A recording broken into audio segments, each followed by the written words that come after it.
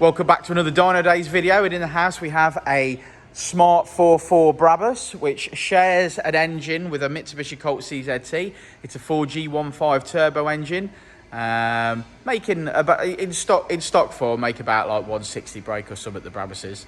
But we've seen this one before, and you guys have probably seen a video of this car before. Let's tell you a little bit of a story about it. Now, the first time we seen this car, it needed a clutch, didn't it, Richard? It did. It needed a clutch because his clutch was slipping. And when we were doing the clutch, we found that the car actually had 4 boost solenoids plugged into it. And the reason the customer had fitted 4 boost solenoids into it is because he'd had it mapped somewhere else, and he wasn't very happy with the power that he'd been presented with. And when we found these 4 boost solenoids, we discussed with the customer, you can't do that. That's obviously going to lead to a rod failure. As soon as your clutch starts to bite and you can actually put the power down, it's going to have a failure. Well, effectively, what it was doing was boosting the turbo to infinity. The reason it was going well is because the turbo was flat out. He might as well have just pulled the wastegate pipe off at this point. Yeah. So he rings us 2 weeks later and explains that he's had a rod failure. With cap in hand, because obviously I did explain to him that would probably happen. So he asked us to fit an engine, which we obviously did do. So we fitted an engine, we mapped the vehicle, which is probably where the previous video they would have seen was mapping this vehicle. So I don't think we did one on the actual engine swap itself. But yeah, we did it. We mapped the vehicle, left with 205 brake, 225. What we would expect. What we would expect. Customer was over the moon, loved it, said it drove the best it's ever driven, was happy with it, no problem. We did find the original boost solenoid that was in there did have a failure. So the boost solenoid wasn't working, the original one. That was right, yeah. And the original one not working. A company that tunes these cars that knows what to look for would have spotted that, but that company mapped it at 6 PSI because the solenoid wasn't working. Then at that point the customer was never happy, but that wasn't because the map wasn't any good, it was because the solenoid had already failed. Yeah, because they mapped it at 6 PSI. Once we'd obviously rectified that fault, said you don't need 4 boost solenoids, you know, this is done, it's mapped, it's done. He loved it, said it's the best it's ever been, and he was happy with it. For some reason, we don't know why, the customer decided he was going to put his 4 boost solenoids back on it again. Again, I don't understand why you would do that. You've had an expensive failure because of it. You were told about it, the engine failed, yet it's had a replacement engine. It's now been mapped, it's running as it should be. It was making great power, he loved it. He even said it was making the best power it ever made, but for some reason, I don't know why, put 4 boost solenoids back on it again. And had another failure. And had another engine failure. So this is where we are now with this car. We're going to put another engine in. There's actually an engine in the boot. Let's have a browse. So let's have a look. I'd just like to draw your attention to this.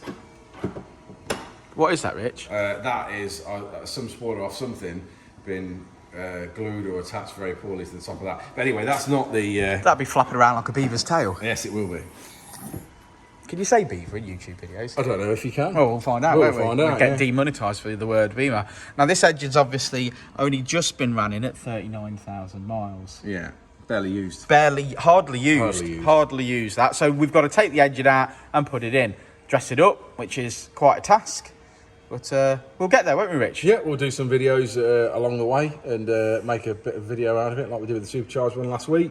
And yeah, we'll see where we're going from here. Okay, good man. Let's get cracking.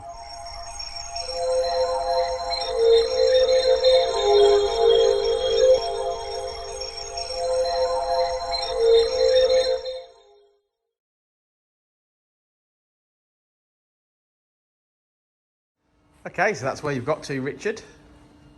Yeah, I'd say first part and point really to making a video. I mean, unless you're going to stand here and watch me for the next however many hours, which you're not going to do that. So, but we've removed the front end. We'll try and do sections, I think, is probably the best way of describing it. So, obviously, front bumper assembly off, which is a little bit like a KA, where it's got the wing sections built onto it. We'll go over there and have a look in a minute.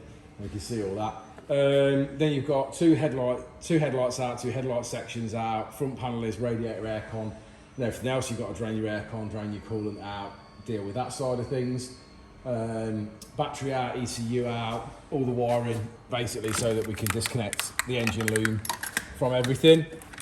Clutch, slave cylinder I've disconnected and put to the side because obviously we don't need to drain it. If we don't need to drain it, we've taken the aircon pipes off, which are still on the front panel, which bring us to the front. At the minute I'm working on obviously getting everything sort of onto the engine or everything off the engine that connects it to the car, if you understand Sure. what I'm trying to explain. So at the minute I've just done all panel work is where I am at this particular stage.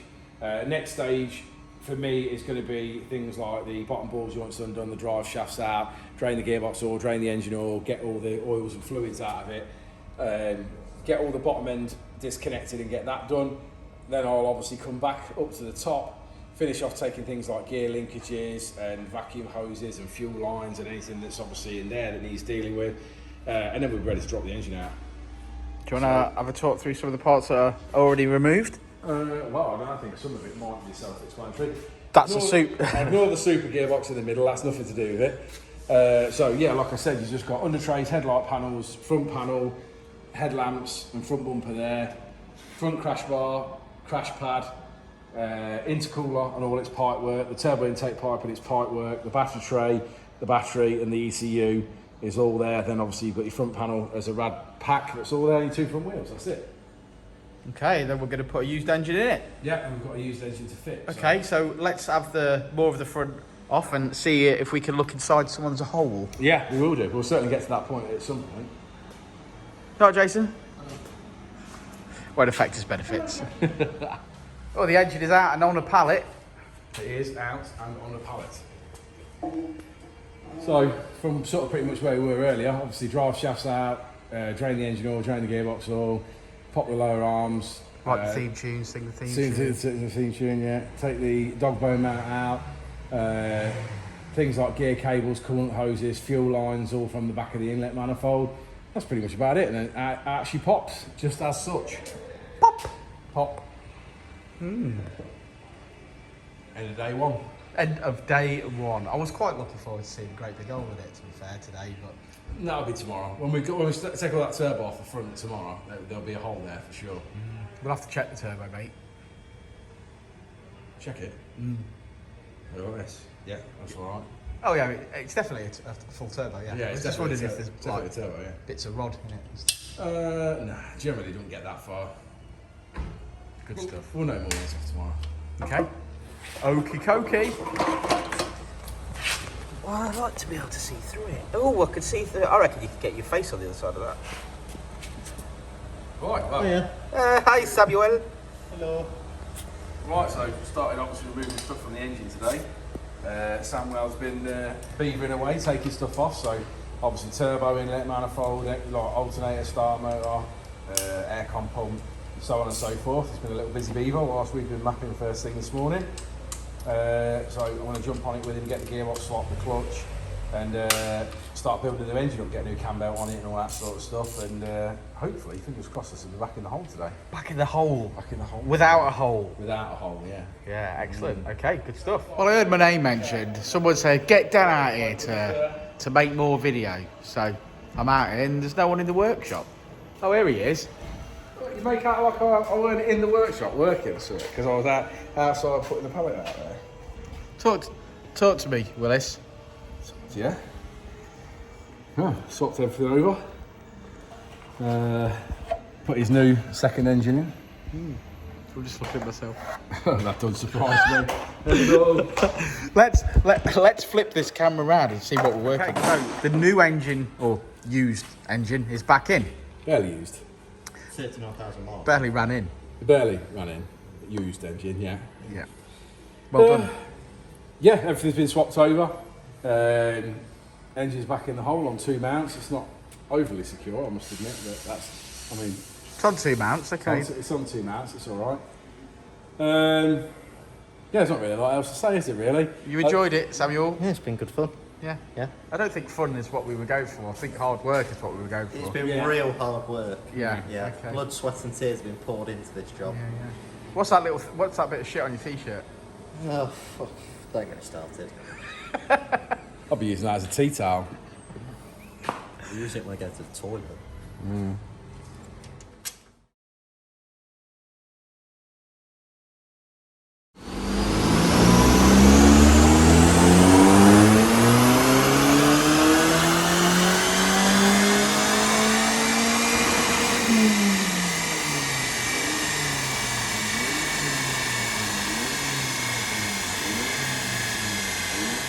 Well, so the Brabus is complete. We've got the engine in.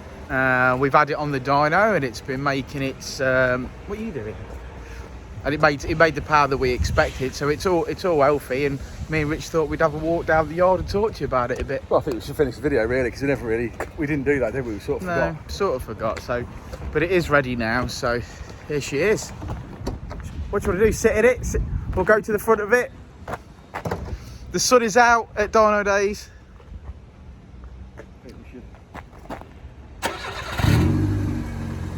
But it runs again. It's on its third engine, but it runs again. Well, I mean, there's not really a lot to say, I don't think, about this car. We've sort of really covered it. We covered the background of obviously what's happened with the instances with the engine. We replaced the engine again. We've got some video footage obviously whilst we were doing that.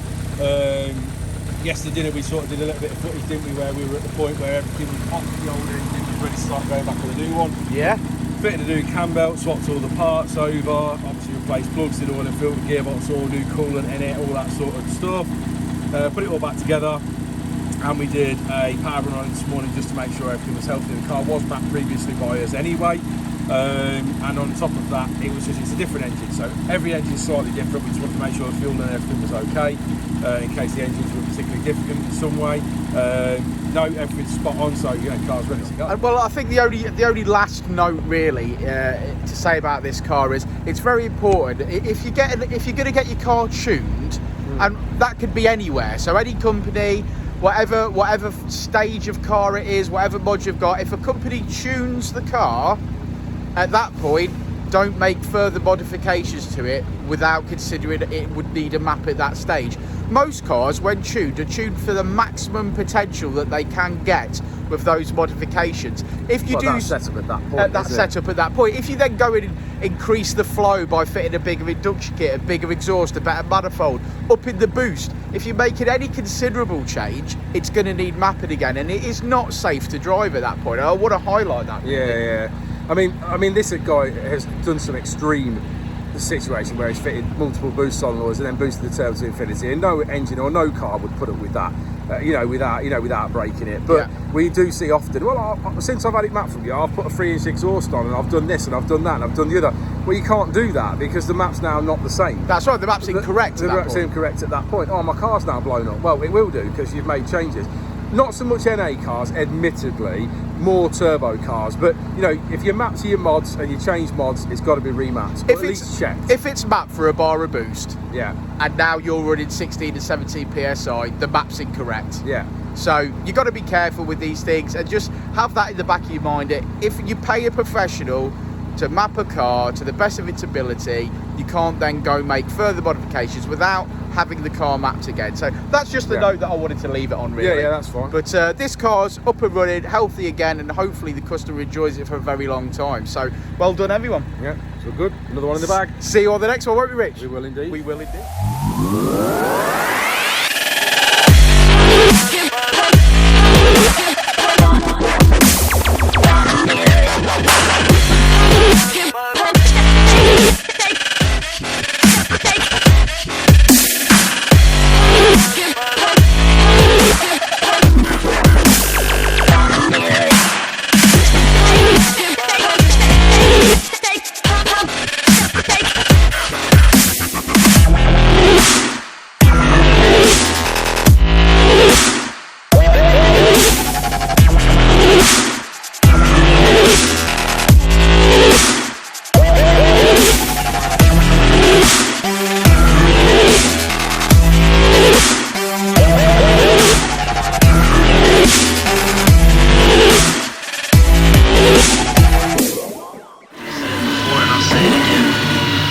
Life moves pretty fast.